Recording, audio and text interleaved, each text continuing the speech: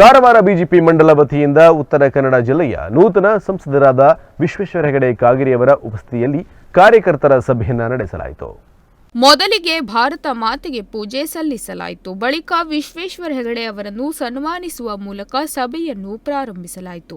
ರಾಜ್ಯ ಬಿಜೆಪಿ ಉಪಾಧ್ಯಕ್ಷರಾದ ರೂಪಾಲಿ ನಾಯ್ಕ್ ಅವರ ನೇತೃತ್ವದಲ್ಲಿ ರಾಜ್ಯದಲ್ಲಿ ಅತಿ ಹೆಚ್ಚಿನ 3.78 ಲಕ್ಷ ಅಂತರದ ಅಭೂತಪೂರ್ವ ಗೆಲುವಿಗೆ ಹಗಲಿರುಳು ಶ್ರಮಿಸಿದ ಕಾರ್ಯಕರ್ತರಿಗೆ ಹಾಗೂ ಎಲ್ಲ ಮತದಾರರಿಗೆ ಕೃತಜ್ಞತೆ ಸಲ್ಲಿಸಿದರು.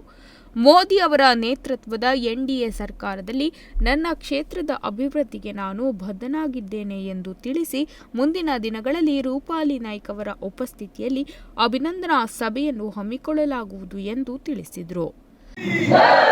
ನಾನು ಕಾರವಾರದ ನಮ್ಮ ಬಿಜೆಪಿಯ ಎಲ್ಲ ಕಾರ್ಯಕರ್ತರಿಗೆ ಮನದಾಳದ ಕೃತಜ್ಞತೆಯನ್ನು ಧನ್ಯವಾದವನ್ನು ಸಲ್ಲಿಸುತ್ತೇನೆ.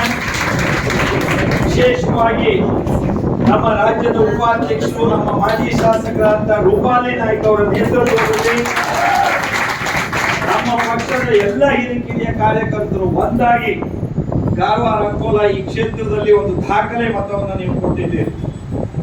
ನಾನು ಮೊದಲು ಖಾನಾಪುರ ಮೊದಲನೇ ಸ್ಥಾನದಲ್ಲಿ ಬರುತ್ತೆ ಅಂತ ನನಗನ್ಸಿತ್ತು, ಅವ್ರು ಹಾಗೆ ಹೇಳಿದ್ರು.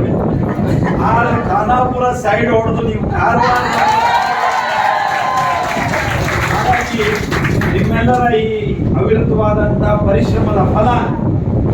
ಸಭೆಯಲ್ಲಿ ಜಿಲ್ಲಾಧ್ಯಕ್ಷರಾದ ಎನ್ಎಸ್ ಹೆಗಡೆ, ಮಂಡಲ ಅಧ್ಯಕ್ಷ ನಾಗೇಶ್ ಕುರ್ಡೇಕರ್, ಸುಭಾಷ್ ಗುನ್ಗಿ, ಜಿಲ್ಲಾ ಉಪಾಧ್ಯಕ್ಷ ಸಂಜಯ್ ಸಾಲುಂಕೆ, ಮುಖಂಡರಾದ ನಾಗರಾಜ್ ನಾಯ್ಕ್, ಗಜಾನನ್ ಗುನ್ಗ, ಮನೋಜ್ ಭಟ್, ಒಬಿಸಿ ಮೋರ್ಚಾ ಜಿಲ್ಲಾಧ್ಯಕ್ಷ ರಾಜೇಂದ್ರ ನಾಯ್ಕ್, ಜಿಲ್ಲಾ ಪ್ರಧಾನ ಕಾರ್ಯದರ್ಶಿ ಪ್ರಶಾಂತ್ ನಾಯ್ಕ್, ನಯನಾ ನೀಲಾವರ್, ಮನೋಜ್ ಭಂದೇಕರ್ ವೇದಿಕೆಯಲ್ಲಿ ಉಪಸ್ಥಿತರಿದ್ದರು.